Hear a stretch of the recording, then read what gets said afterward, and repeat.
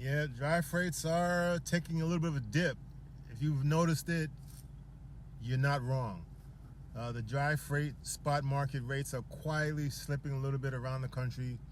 And they're about 205 a mile on average. That's the spot market. 244 if you have some type of contract or route on $2.40 per mile. Part of this is because of low freight volumes coming in, cargo ships. There's less volume coming into the country from other countries. And if you're in this niche, if you're in the dry freight market, you have to get more creative.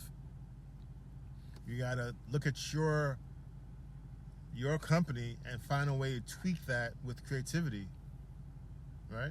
Meanwhile, specialized vehicles, specialized niches, flatbed, hazmat, car hauling, they're holding pretty firm, even trending up slightly. Construction and other factors are still pretty strong. So that's pretty good. Dry van spot rates are about $2 a mile, even as low as $1.95 in certain parts of the country, depending on where you're at. And there's a softening there. As I mentioned, the freight volumes are down. But heavy flatbed, low boy hauling, we're seeing $3 to $5 a mile.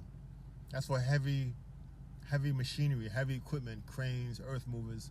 Flatbed on average, the average flatbed truck right now is doing about $3.10 per mile. But the heavy equipment hauling, low boy, specialized flatbed trailer, those are $4 to $5 a mile. Hazmat's up. Hazmat is like 8% up, increase in terms of projected market growth and rates.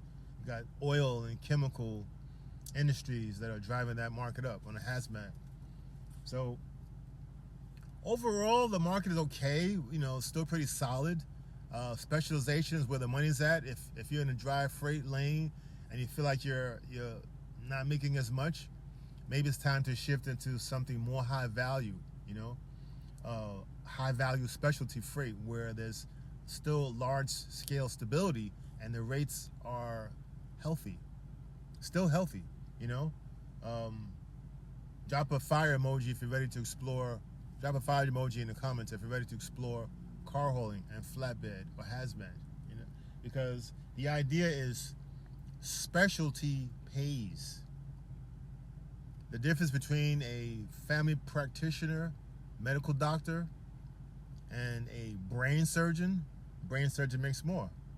The brain surgeon has to go to school longer and spends more money on that initially, but a brain surgeon makes far more money in the lifetime of their career because of the specialization. So this is just my thoughts for all people who are in the dry freight market.